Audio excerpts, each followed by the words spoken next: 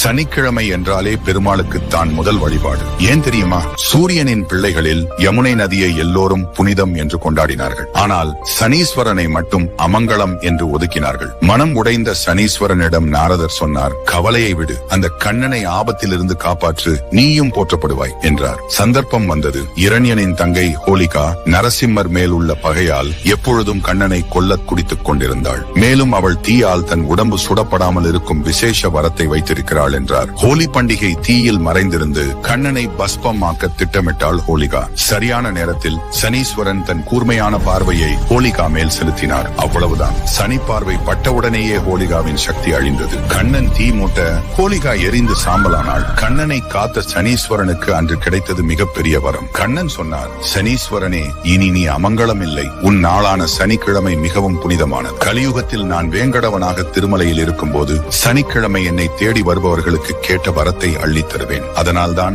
இன்றும் சனிக்கிழமைகளில் பெருமாளை வழிபட்டால் சனி தோஷங்கள் நீங்கி சகல யோகங்களும் கிடைக்கிறது.